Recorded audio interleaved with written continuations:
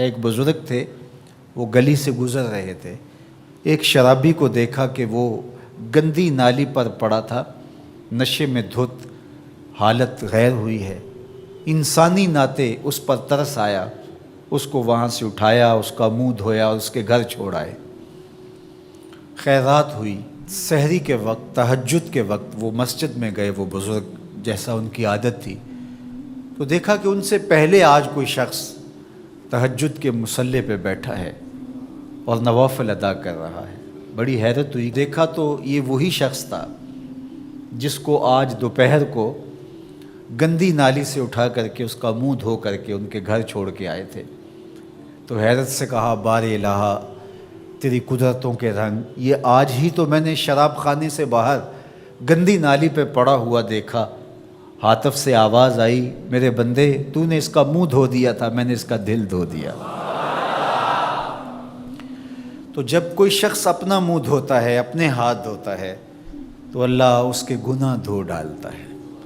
تو یہ نصف الایمان ہے، یہ آدھا ایمان ہے۔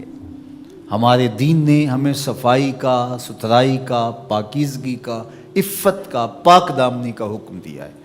اگر آپ مجھ سے پوچھیں کہ اسلام کا دوسرا نام کیا ہے، تو میں کہوں گا اسلام کا دوسرا نام دین طہارت ہے۔ علماء نے لکھا کہ ایک طہارت معنوی ہوتی ہے، ایک طہارت حسی ہوتی ہے۔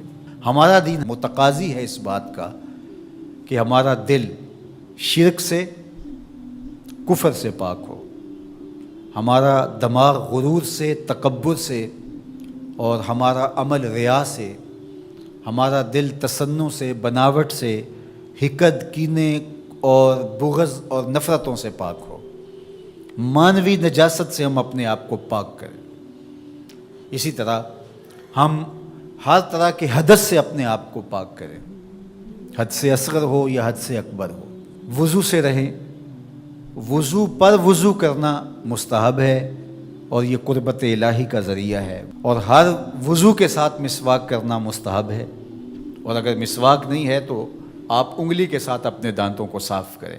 غسل واجب ہو وہ تو کرنا ہی کرنا ہے، لیکن روزانہ کی بنیاد پہ صفائی حاصل کرنے کے لیے غسل کیا جائے، مستحب ہے۔ نماز کے لیے آپ کے لباس کا صاف ہونا بھی شرط ہے، آپ کے جسم کا پاک ہونا بھی شرط ہے، حد سے اکبر اور حد سے اصغر سے پاک ہونا بھی شرط ہے، اور جہاں کھڑے ہو کے نماز پڑھ رہے ہیں اس جگہ کا پاک ہونا بھی شرط ہے۔ مجھے بتائیے کوئی ایسا پاکیزہ دین آپ نے دیکھا ہے؟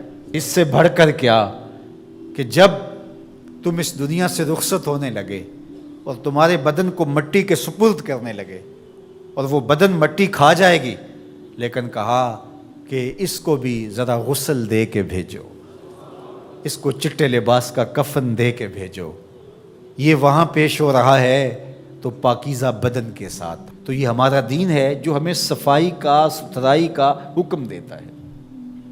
اپنے ماحول کو پاک رکھیں، ماحول کو ستھرا رکھیں۔ دنیا کے اوپر بسنے والی قومیں جب ترقی کی راہوں پہ گامزن ہوتی ہیں تو وہ ان چیزوں کا بہت خیال رکھتی ہیں۔ ہم جب ترقی کی راہوں پہ گامزن تھے تو اس وقت ہماری ستھرائی کی، ہماری پاکیزگی کی، ہماری عفت کی مثالیں دی جاتی تھیں۔ جب پیرس کی گلیوں میں کیچڑ تھا، بغداد عروس البلاد کہلاتا ہے۔ آج مسلم دنیا کے شہروں کی کہانی دیکھ لیجئے، کہا جاتا ہے فلاں ایشیا کا گندہ ترین شہر ہے، فلاں دنیا کا گندہ ترین شہر ہے۔ اپنے اطراف میں پھیلی ہوئی گندگیاں دیکھیے، گھر سے شاپر میں گندگی ڈال کر کے اپنے ہی گھر کے دروازے پہ پھینک کے ہم سمجھتے ہیں ہم نے گھر کی صفائی کر لی، وہی پھر پاؤں سے، گاڑی کے ٹائروں سے لگ کے پھر ہمارے اندر جا رہا ہوتا ہے۔ ہمارے دین نے تو ہمیں یہ کہا، اگر کوئی راستے میں گری پڑی چیز کو جو گزرنے والوں کے لیے رکاوٹ بنے، اس کو اٹھا کے ہم پھینک دیں تو یہ جنت کے راستے کی ضمانت بن جاتی ہے۔ اور ہم نے 8 فٹ کی گلی میں 3 فٹ کی تھڑی پکی ڈال دی، ہم نے جنریٹر باہر لگا دیا، ہم نے گھر کی موٹر باہر لگا دی۔ اگر ہمارے گھر کے پاس کوئی خالی پلاٹ موجود ہے تو وہ گندگی کا ڈھیر بن گیا ہے۔ گھروں کے اندر ہزاروں اخراجات ہیں لوگوں کے، 20، 25، 30 ہزار روپیہ ماہانہ خرچہ تو عام گھر کا ہے، لیکن جو عمرا ہیں 2-2، 4-4 لاکھ روپے اب ان کا ماہانہ خرچہ ہے۔ تو جہاں اتنا خرچہ ہر بندہ اپنے گھر میں کر رہا ہے، تو صرف 1-1 ہزار روپیہ ڈال کر کے اپنی گلی کی صفائی کا اہتمام نہیں کر سکتا؟ اپنے چھوٹے سے محلے کی صفائی کا اہتمام نہیں کر سکتا؟ اگر وہ کر لے تو 1000 روپے اس کو بجلی کا بل بچ جائے، وہ جو روز دھوتا ہے اپنے گھر کو اور یہی گندگی پاؤں سے لگ کے اندر جا رہی ہوتی ہے، اگر محلہ صاف ہوگا تو یہ نہیں جائے گی، اس کا اپنا فائدہ ہے، اس کا 1000 روپیہ پھر بھی بچ جائے گا۔ لیکن ہم اس کو کرنے کے لیے تیار نہیں، اپنے گھر کو صاف کر لیا اور باہر گندگی ڈال دی، اور دوسرے نے بھی اپنے گھر کو صاف کر لیا، باہر گندگی ڈال دی، راستے کے اندر گاڑی کھڑی کر دینا، چلتے راہ کے اندر ریت مٹی پھینک دینا، اور پھر 2 دن اس کو اٹھانا ہی نہ، لوگ اذیت سے گزرتے کوئی بات نہیں۔ کس طرح کا معاشرہ بن گیا ہوا ہے؟ کس طرح بندہ گوارا کرتا ہے کہ اس نے سڑک پہ موٹر سائیکل کھڑی کی ہوئی ہے اور پیچھے ٹریفک رکی ہوئی ہے، اور وہ مزے سے جو ہے وہ اندر سے کلفی لے رہا ہے، کوئی اور چیز لے رہا ہے، اور لوگ ہارن بجا رہے ہیں، اور کہتا ہے بیٹھ جاؤ تنو آگے لگی ہے، وہ کہتے ہیں جی اس نے بھی تو روکا ہوا تھا، مجھے کیا ہے؟ عجیب کہانی ہے بھائی، کیا یہ ایک مسلمان کا طریقہ ہے؟ یہ تو ایک اچھے انسان کا طریقہ بھی نہیں ہے۔ مسلمان تو اس سے اوپر والے درجے کا شخص ہوتا ہے۔ زبان سے لا الہ الا اللہ پڑھ لینا ہی کافی نہیں ہے، لا الہ الا اللہ کے تقاضوں کو نبھانا بھی ضروری ہے۔ جب ہم یہ کہہ لیتے ہیں کہ ہم نے لا الہ الا اللہ محمد رسول اللہ پڑھ لیا، تو پھر اس کا مطلب یہ ہے کہ ہم دائرہ دین میں داخل ہوئے، اب ہماری اپنی خواہشات، آرزوئیں اور تمنائیں نہیں رہیں گی، دین جو ہمیں تلقین کرے گا وہی ہمارا طرز زندگی ہوگا۔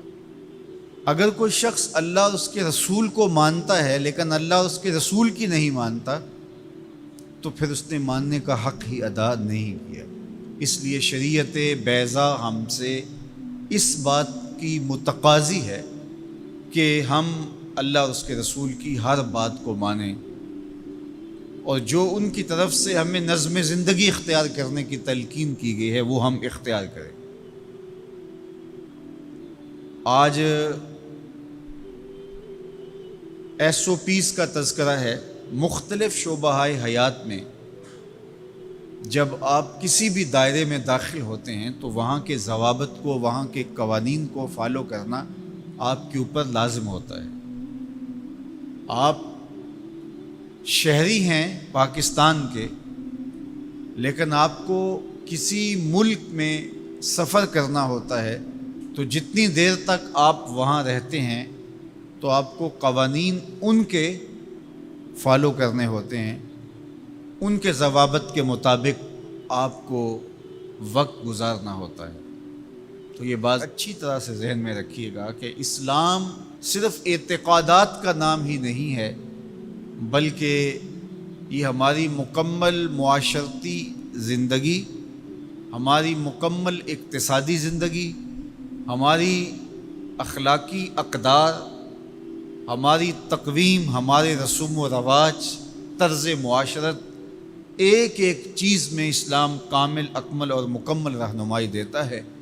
تو جب ہم ایمان کی دولت سے مالا مال ہو گئے تو پھر اسلام کے دیے ہوئے ضابطے کو ہمیں حرف بحرف پورا کرنا پڑے گا۔